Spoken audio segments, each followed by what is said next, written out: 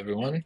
Welcome to the Live, Laugh, and Learn channel. And today we're going to be talking about why overthinking your life is quietly burning you out. So let's get right into it. So, what I want to talk about is that particular kind of tiredness that sleep doesn't fix. That is, when you take a weekend off, or you lie in bed longer than usual, or you even cut your workload down, but you still feel oddly drained. It's like something inside you that you really never get a chance to power down. It's not the kind of exhaustion that comes from effort. It's quieter than that, and it's deeper than that. It's really hard to pin down. And most people, assume that burnout is about doing too much, too many hours, or having too many responsibilities. But a lot of the time, um, it's rarely the cause. What burns people out isn't actually the work. It's the constant unresolved thinking and background mental gymnastics. So, for a lot of people, there's a loop running around in the background almost all the time. And it poses questions like this: Am I on the right path? Am I in the right environment? Am I making the right choices?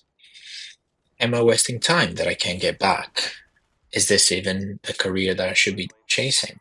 And there are dozens of smaller versions of the same questions layered on top of each other, whether that would be career, location, relationships, direction, or the timing. None of these thoughts are dramatic on their own.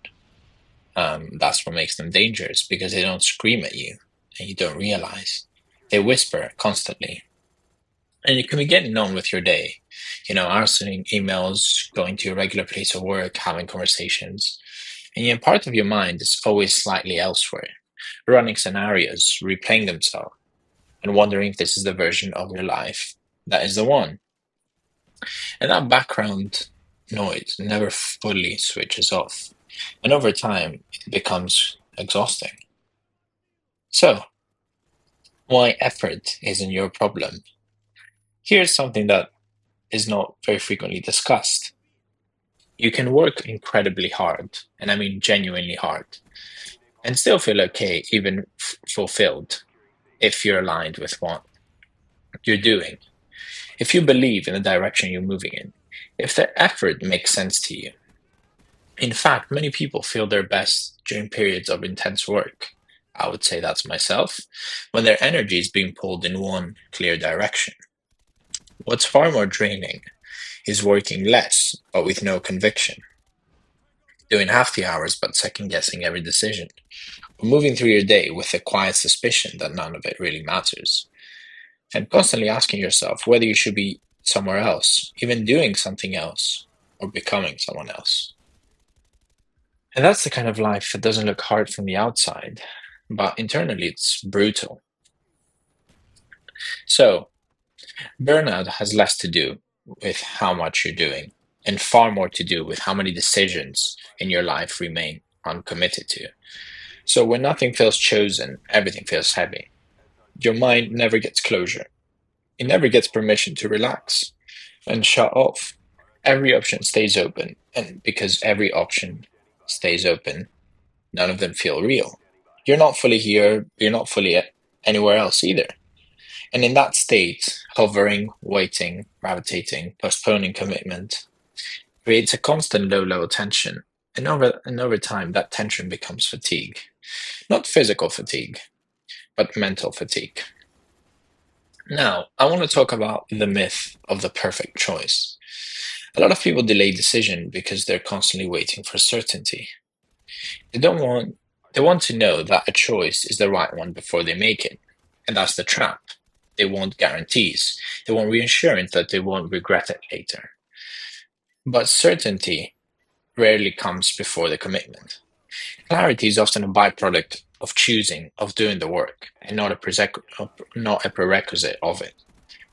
The longer you wait for a decision to feel completely safe, the longer you stay stuck in that exhausting middle ground, not moving forward, but not truly resting either. And why money is rarely the real issue. Now, people often point to money as the source of their unease. If they earn more, they'd feel calmer. If I had more freedom, I think more clearly.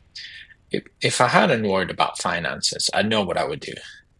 And I'm not saying that money doesn't matter, but for many people, it's not the root issue. It's a convenient one and an easy one to tackle. The deeper problem is that nothing feels firmly chosen. And when nothing is chosen, everything feels provisional, temporary, replaceable, which is an uncomfortable way to live, really. Now, we presented the problem, but what is the solution? Now, the first step isn't optimization or productivity or balance. It's something completely different. It's courage. It's the courage to make a decision, not a permanent one, not a life sentence, just the real decision that you're willing to stand by for a period of time.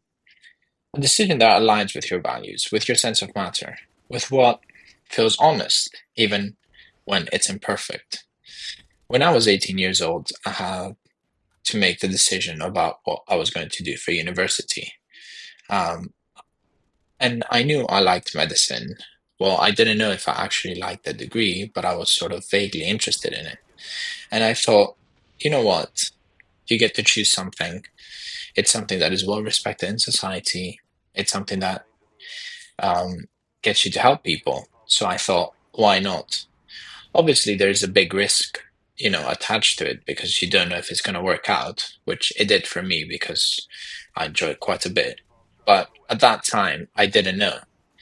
But I was never the kind of person to be paralyzed by decisions. I thought, you know what, I'll try it. And if it doesn't work out, it doesn't work out. And that gave me um, a lot of comfort. And it never made me feel as restless. Now, one of the biggest fears people have is that choosing something means getting stuck with it, just as I was saying. But I mean, the fear misunderstands how life actually works. Making these decisions, they don't trap you. But refusing to make any decisions means you're staying static and in the same place. At least when you choose something, it gives you structure, like it did for me. It gives you direction and a place to, achieve towards. And once you've lived in the decision for a while, you gain information that you couldn't have accessed from the outside. And you find and you learn what works, what doesn't, what needs adjusting. And you can always change course later. I mean, it's 2025 nowadays. People definitely have a lot more choices than they did in the past. Yet people seem to be in this endless loop and constant struggle. And I'll tell you what I felt and what has been found by other people is that there's a deep sense of relief that comes from commitment. Not because things become easy, but because your mind stops wandering about and it stops arguing with itself all day. You know why you're there. You know what you're trying to do. You know what you've chosen to prioritize and what you've chosen to let go of, at least for now. And this is the clarity that creates space, and space creates energy. So, here's a simple rule that will help you cut through all of this noise and mental fatigue. If something aligns with your values, if it feels honest, if it feels challenging, if it feels fulfilling, and if your gut says this matters, even quietly, choose it. Choose it and stick by it. Stop renegotiating it in your head every single day and live inside the decision long enough for it to work. So this is the problem that a lot of people have nowadays when it comes to even, saying they want to make an income online, but you never stick to it. You always hear the stories of people on YouTube that, they try and drop shipping or selling t-shirts or copywriting or all sorts of different things. And then they find the one thing that worked for them, the one thing that they liked, the one thing that felt right, that felt it was aligning with their vision. And you see it a lot with personal brands. If they actually find something that allows them to help people and gives them clarity in their life. And probably the reason that they managed to succeed is that they stood by it long enough. And I believe it's the same for me in medicine. As I said, it was a gamble, but a successful one. It could have gone any different ways. But at least for me, it was something that felt right, which is also the reason why I'm choosing to start this channel and post these videos. I'm hoping that I will be discussing topics and providing a forum for people to share their own ideas and opinions about things. And anyone can, disagree with me and tell me that, you know, you're spouting nonsense, or maybe not. But the thing about it is, I am choosing to focus on my work, and I chose to do this as a hobby. And because I chose to do this as a hobby, I don't have the mental gymnastics and burnout. You're always going to feel fatigued by your work, but that's different. It's not the mental fatigue about thinking if I've made the right choice. It's the mental fatigue of intense work and long hours. But I wouldn't have it any other way because it's a career that gives me fulfillment. It allows me to help people.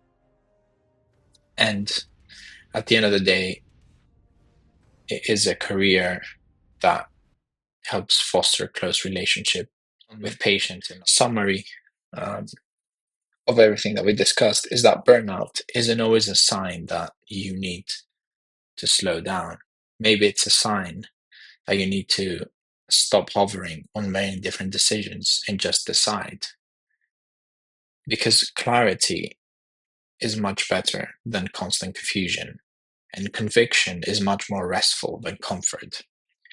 So, a chosen path, even an imperfect one, is far less exhausting than standing still, endlessly wondering which way to go. So, thank you all for watching this video, and I hope this resonated with you in some way. And I will see you all on the next video.